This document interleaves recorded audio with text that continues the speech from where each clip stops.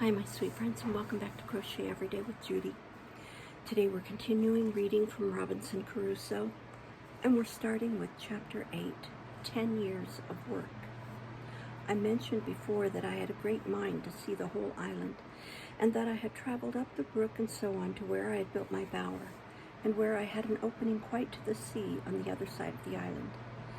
I now resolved to travel quite across to the seashore on that side, so taking my gun and my hatchet and my dog and a larger quantity of powder and shot than usual, with 2 biscuit cakes and a great bunch of raisins in my pouch for my store, I began my journey. When I had passed the vale where my bower stood, I came within view of the sea to the west. It was a very clear day and I could see land, though whether it was an island or a continent I could not tell. It lay very high, extending from the west to the west-southwest at a very great distance. By my guess, it could not be less than 15 or 20 leagues off. I could not tell what part of the world this might be, otherwise than that I knew it must be part of America, and as I concluded by all my observations, must be near the Spanish dominions, and perhaps was all inhabited by savages, where if I should have landed, I had been in a worse condition than I was now. Therefore I acquiesced in the dispositions of Providence, which I began now to own and to believe ordered everything for the best. I say I quieted my mind with this and stopped afflicting myself with fruitless wishes of being there. Besides, after some pause upon this affair, I considered that if this land was the Spanish coast, I should certainly at one time or other see some vessel pass or repass. If it was not, then it was the savage coast between the Spanish country and Brazil, which is inhabited by the worst of savages, for they are cannibals or men-eaters, and fail not to murder and devour all the human bodies that fall into their hands. With these considerations, I walked very leisurely forward. I found that side of the island where I now was much pleasanter than mine, the open fields sweet, adorned with flowers and grass, and full of very fine woods. I saw abundance of parrots, and fain would I have caught one if possible, to have kept it to be tame and taught it to speak to me. I did, after some painstaking, catch a young parrot, for I knocked him down with a stick, and having revived him, I brought him home, but it was some years before I could make him speak. However, at last I taught him to call me by my name very familiarly. I was exceedingly diverted with this journey. I found in the low grounds hares, as I thought them all to be, and foxes, but they differed greatly from all other kinds I had met with, nor could I bring myself to eat them, for I had no want of food, and of that which was very good, especially these 3 sorts, goats, pigeons, and turtle or tortoise. I had great cause for thankfulness that I was not driven to an extremities for food, but had plenty, even to dainties. I never traveled in this journey more than 2 miles outright in a day, or thereabouts, but I took so many turns and returns to see what discoveries I could make, that I came weary enough to the place where I resolved to spend the night. Then either I reposed myself in the tree, or surrounded myself with a row of stakes set upright in the ground, either from one tree or another, so that no wild creature could come at me without waking me. As soon as I came to the seashore, I was surprised to see that I had taken up my lot on the worst side of the island, for here indeed the shore was covered with innumerable turtles, whereas on the other side I had found but 3 in a year and a half. Here was also an infinite number of fowls of many kinds, some of which I had not seen before, and many of them very good meat, but such as I knew not the names of, except those called penguins. I could have shot as many as I pleased, but I was very sparing of my powder and shot, and therefore had more mind to kill a she-goat if I could, which I could better feed on. Though there were many more goats here than on the other side of the island, yet it was with much more difficulty that I could come near them, the country being flat and even, so that they saw me much sooner than when I was on the hills. I confess this side of the country was much pleasanter than mine, but yet I had not the least inclination to move, for as I was fixed in my habitation, it became natural to me. I seemed all the while I was here to be, as it were, upon a journey and from home. However, I traveled along the shore of the sea toward the east, I suppose about 12 miles, and then setting up a great pole upon the shore for a mark, I concluded that I would go home again. The next journey I planned to take on the other side of the island, east from my dwelling, and so round till I came to my post again, in its place. I took another way to come back than that I went, thinking I could easily keep all the island so much in my view that I could not miss finding my first dwelling by viewing the country, but I found myself mistaken. When I had gone about 2 or 3 miles, I found myself descended into a very large valley, so surrounded with hills, and those hills so covered with woods, that I could not see which was my way by any direction but that of the sun. It happened that the weather proved hazy for 3 or 4 days while I was in this valley, and not being able to see the sun, I wandered about very uncomfortably, and at last was obliged to find out the seaside, look for my post, and come back the same way I went. Then by easy journeys I turned homeward, the weather being exceedingly hot, and my gun, ammunition, hatchet, and other things very heavy. In this journey my dog surprised a young kid and seized upon it. I, running to take hold of it, caught it and saved it alive from the dog. I had a great mind to bring it home if I could, for I had often been musing whether it might not be possible to get a kid or two, and so raise a breed of tame goats which might supply me when my powder and shot should be spent. I made a collar for this little creature, and with a string which I made of some rope yarn, which I always carried about me, I led him along, though with some difficulty, till I came to my bower. There I enclosed him and left him, for I was very impatient to be at home, from whence I had been absent more than a month. I cannot express what a satisfaction it was to me to come into my old hutch and lie down in my hammock bed. This little wandering journey without a settled place of abode had been so unpleasant to me that my own house, as I called it to myself, was a perfect settlement to me compared to that. It made everything about me so comfortable that I resolved that I would never go a great way from it again, while it should be my lot to stay on the island. I reposed myself here a week to rest and regale myself after my long journey. Most of this time was taken up in the weighty affair of making a cage for my pole, who began now to be tame and to be mighty well acquainted with me. Then I began to think of the poor kid which I had shut in within my little circle, and resolved to go and bring it home and give it some food. Accordingly, I went and found it where I had left it, for indeed it could not get out, but was almost starved for want of food. I went and cut boughs of trees and branches of such shrubs as I could find and threw over to it. When I had fed it, I tied it as I did before to lead it away, but it was so tame with being hungry that I had no need to have tied it, for it followed me like a dog. As I continually fed it, the creature became so loving, so gentle, and so fond that it became from that time one of my pets also, and would never leave me afterwards. The rainy season of the autumnal equinox was now come, and I kept the 30th of September in the same solid manner as before, it being the anniversary of my landing on the island. I had now been there 2 years, and had no more prospect of being delivered than I had the first day I came there.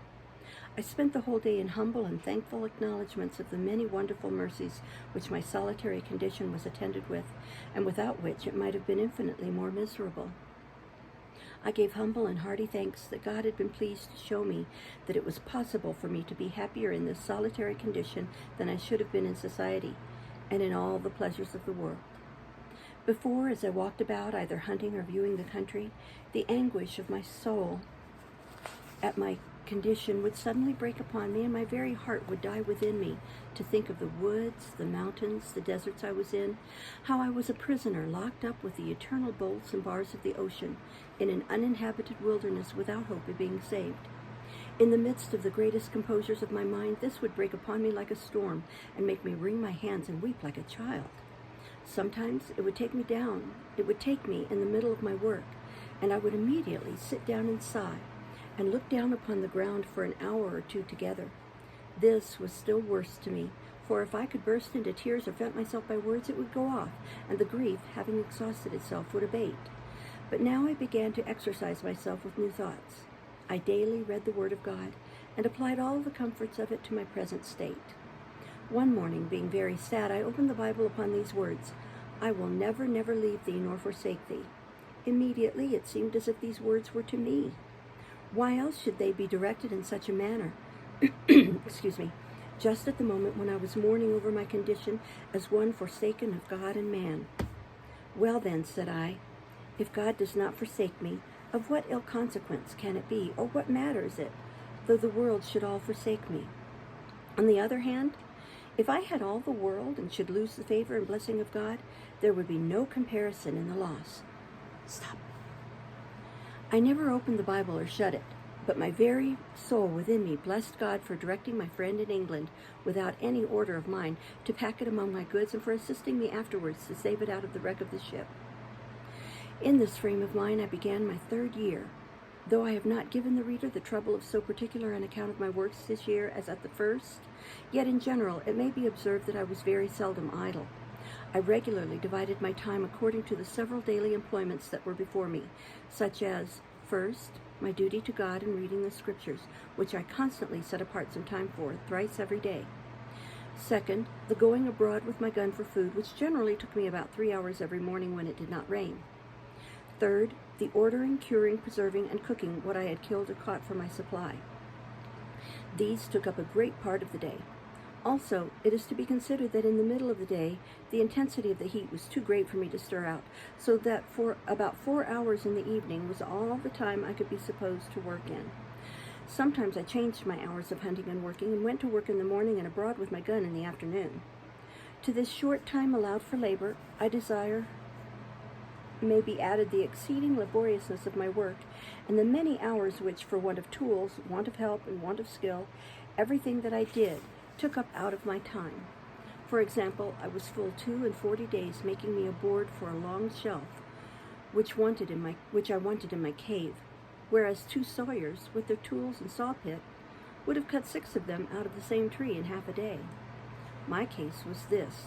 It was to be a large tree which was to be cut down, because my board was to be a broad one. I was 3 days cutting down the tree, 2 more cutting off the boughs and reducing it to a log or a piece of timber. With inexpressible hacking and hewing, I reduced both sides of it into chips till it began to be light enough to move. Then I turned it and made one side of it smooth and flat as a board from end to end. Then turning that side downward, I cut the other side till I made the plank about 3 inches thick and smooth on both sides. Anyone may judge the labor of my hands in such a piece of work, but labor and patience carried me through that and many other things. I was now in the months of November and December expecting my crop of barley and rice. The ground I had manured or dug up for them was not great, for as I observed, my seed of each was not above the quantity of half a peck, for I had lost 1 whole crop by sowing in the dry season. Now my crop promised very well, when I found I was in danger of losing it all again by enemies of several sorts, which it was scarcely possible to keep from it. At first, the goats and wild creatures, which I called hares, tasting the sweetness of the blade, lay in it night and day as soon as it came up, and ate it so close that it could get no time to shoot up into stalks. This I saw no remedy for, but by making an enclosure about it with a hedge, which I did with a great deal of toil, and the more because it required a great deal of speed, for the creatures were daily spoiling my grain. However, as my arable land was but small, suited to my crop, I got it totally well fenced in about three weeks' time. Shooting some of the creatures in the daytime, I set my dog to guard it in the night, tying him up to a stake at the gate where he would stand and bark all night long. So in a little time the enemies forsook the place, and the grain grew very strong and well and began to ripen apace. But as the beast almost ruined me before, while my grain was in the blade, so the birds came near ruining me now when it was in the ear.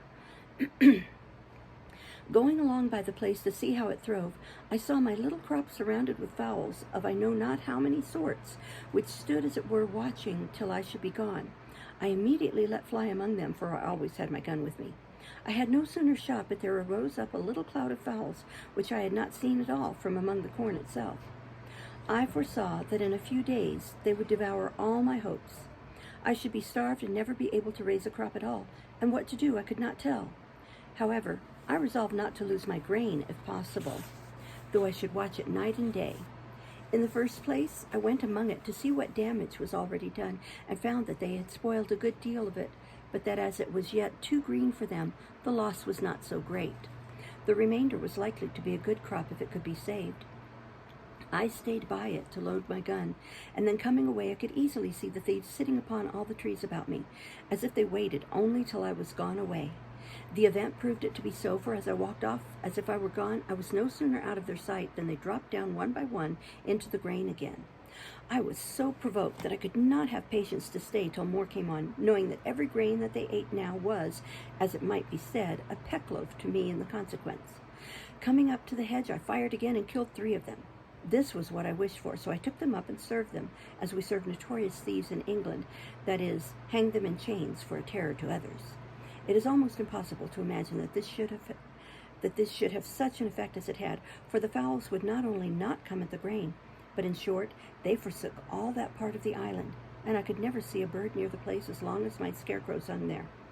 This I was very glad of, you may be sure, and about the latter and end of December, which was our second harvest of the year, I reaped my grain. I was sadly put to it for a scythe or a sickle to cut it down, and all I could do was to make one as well as I could out of one of the broadswords or cutlasses which I saved among the arms out of the ship. However, as my crop was but small, I had no great difficulty in cutting it down. I reaped it my way, for I cut nothing off but the ears, and carried it away in a great basket which I had made, and so rubbed it out with my hands. At the end of all my harvesting, I found that out of my half-peck of seed, I had nearly 2 bushels of rice, and more than 2 bushels and a half of barley, that is to say, by my guess, for I had no measure at that time. However, this was a great encouragement to me, and I foresaw that in time it would please God to supply me with bread. Yet here I was perplexed again, for I neither knew how to grind or make meal of my grain, or indeed how to clean it and separate it, nor if it was made into meal, how to make bread of it, and if I found out how to make it, yet I knew not how to bake it.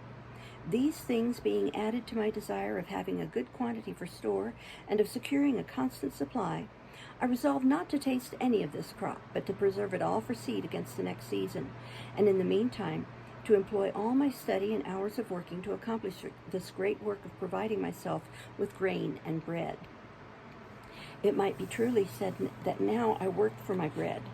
It is a little wonderful to consider, as I believe few people do, the strange multitude of little things necessary in the providing, producing, curing, dressing, making, and finishing this one article, bread.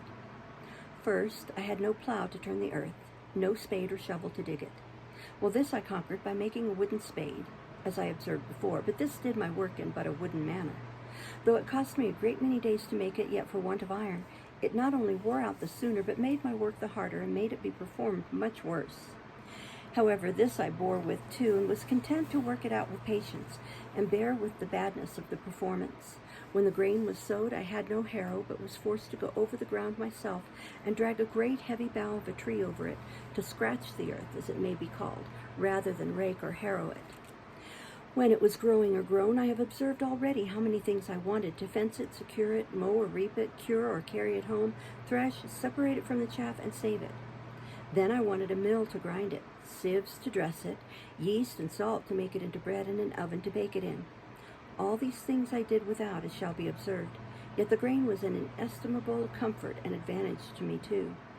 But all this, as I said, made everything laborious and tedious to me, but that there was no help for, neither was my time so much lost to me, because I had divided it.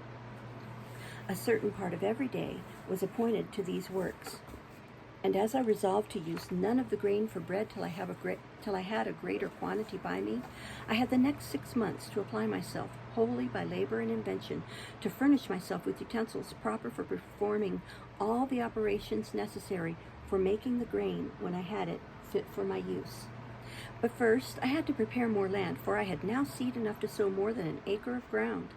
Before I did this, I had a week's work at least to make a spade, which when it was done was a very sorry one indeed, and very heavy, and required double labor to work with it. However, I went through that and sowed my seeds in 2 large, flat pieces of ground, as near my house as I could find them to suit me, and fenced them in with a good hedge, the stakes of which were all cut off that wood which I had set before, which I knew would grow. In 1 year's time I knew I should have a quicker living hedge that would want but little repair.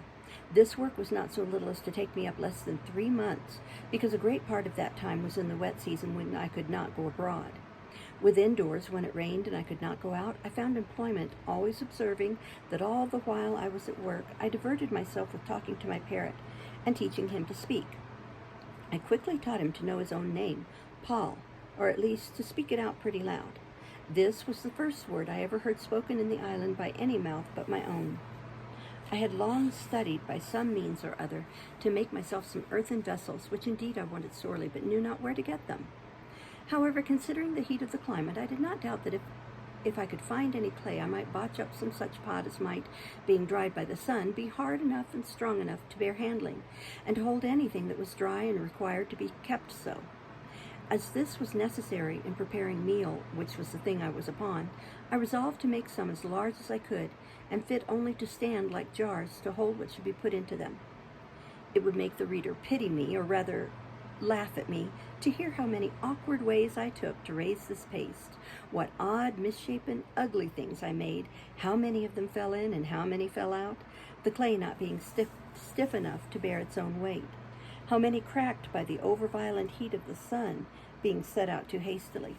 How many fell to pieces when they were moved, as well before as after they were dried?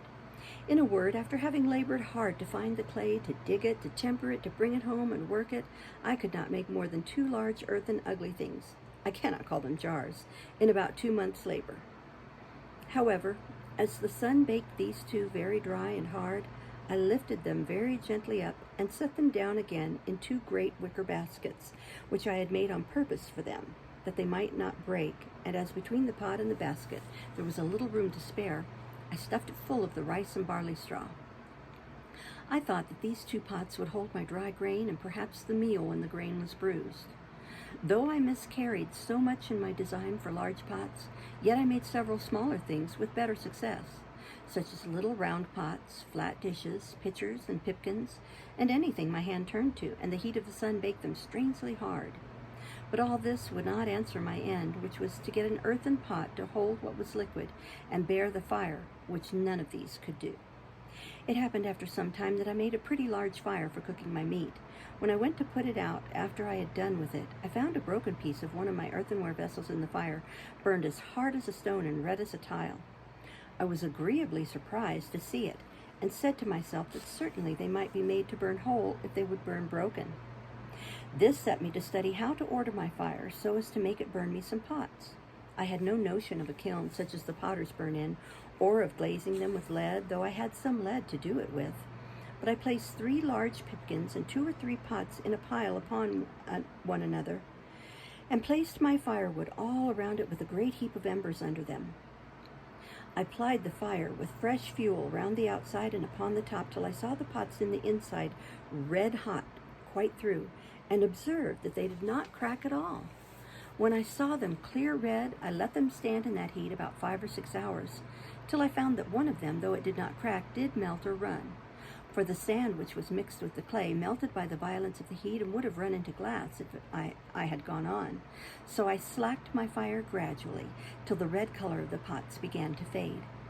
I watched them all night that I might not let the fire abate too fast, and in the morning I had 3 very good, I will not say handsome, pipkins, and 2 other earthen pots as hard burned as could be desired, and one of them perfectly glazed with the running of the sand. After this experiment, I need not say that I wanted no sort of earthenware for my use, but I must needs say, as to the shapes of them, they were very indifferent, as anyone may suppose, when I had no way of making them, but as the children make dirt pies, or as a woman would make pies who had never learned to make paste. No joy at a thing of so mean a nature was ever equal to mine when I found I had made earthen pots that would bear the fire.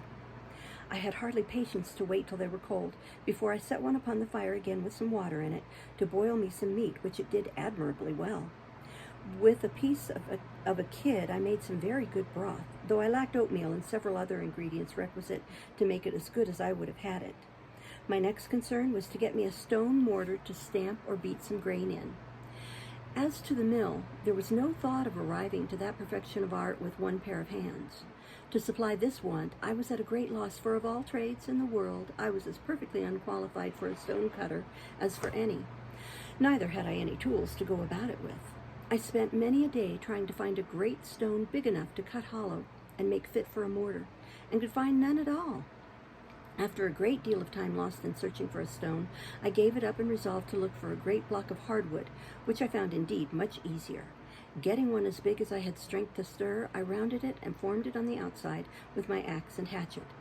Then, with the help of fire and infinite labor, I made a hollow place in it, as the Indians in Brazil make their canoes. After this, I made a great heavy pestle or beater of the wood called the ironwood. This I prepared and laid by against the time I had my next crop of grain, when I proposed to myself to grind, or rather pound, my grain or meal to make it bread. My next difficulty was to make a sieve to dress my meal and part it from the bran and the husk, without which I did not see it possible I could have any bread. This was a most difficult thing even to think of, for to be sure I had nothing like the necessary things to make it with.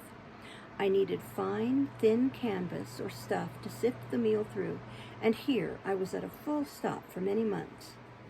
At last, I remembered some seaman's clothing, some sails of the ship, and some neckcloths of calico or muslin. With some pieces of these I made 3 sieves, small but large enough for the work. Thus I made shift for some years. The baking part was the next thing to be considered, and how I should make bread when I came to have grain, for first, I had no yeast. As to that part, as there was no supplying the want, I did not concern myself much about it. But for an oven I was indeed at a loss. At length, I made an experiment for that also, which was this. I made some earthen vessels, very broad but not deep, that is to say, about 2 feet in diameter, and not more than 9 inches deep. These I burned in the fire as I had done the others and laid them by. When I wanted to bake, I made a great fire upon the hearth, which I had paved with some square tiles of my own making and burning also, but I should not call them square. When the firewood was burned pretty much into embers or live coals, I drew the embers forward upon this hearth, so as to cover it all over. There I let them lie till the hearth was very hot. Then sweeping away all the embers, I set down my loaf or loaves and covered them with the earthen pot. Then I drew the embers all round the outside of the pot to keep in and add to the heat. Thus, as well as in the best oven in the world, I baked my barley loaves, and became in a little time a pastry cook into the bargain, for I made myself several cakes and puddings of the rice. It need not be wondered at if all these things took me up most of the 3rd year of my abode here, for it must be remembered that in the intervals of these things I had my new harvest and husbandry to manage. I reaped my grain in its season and carried it home as well as I could, and laid it up in the ear in my large baskets till I had time to rub it out, for I had no floor to thrash it on or instrument to thrash it with. And now, indeed, my stock of grain increased, and I really wanted to build my barns bigger. I wanted a place to lay it up in, for the increase of the grain now yielded me so much that I had of the barley about 20 bushels, and of the rice as much or more. I now resolved to begin to use it freely, for my bread had been gone quite a great while. Also I resolved to see what quantity would be sufficient for me a whole year, and to sow but once a year. Upon the whole, I found that the 40 bushels of barley and rice were much more than I could consume in a year. So I resolved to sow just the same quantity every year that I sowed the last, in hopes that such a quantity would fully provide me with bread. All the while these things were doing, you may be sure that my thoughts ran many times upon the prospect of land which I had seen from the other side of the island. I was not without secret wishes that I was on shore there, fancying that seeing the mainland and an inhabited country, I might find some way or other to convey myself farther, and perhaps at last find some means of escape. But all this while I made no allowance for the dangers of such a condition, and how I might fall into the hands of savages, and perhaps such as I might have reason to think far worse than the lions and tigers of Africa. If I once came into their power, I should run a hazard more than 1,000 to 1 of being killed, and perhaps of being eaten, for I had heard that the people of the Caribbean coast were cannibals, or men-eaters, and I knew by the latitude that I could not be far from that shore. All these things, I say, which I ought to have considered well, and which I did cast up in my thoughts afterwards, yet aroused none of my apprehensions at first. My mind ran mightily upon the thoughts of getting over to that shore. I think I will stop there for now, because this seems to be a very long chapter, and I think I'll stop there and continue with it next time. Thank you so much for listening. Bye-bye.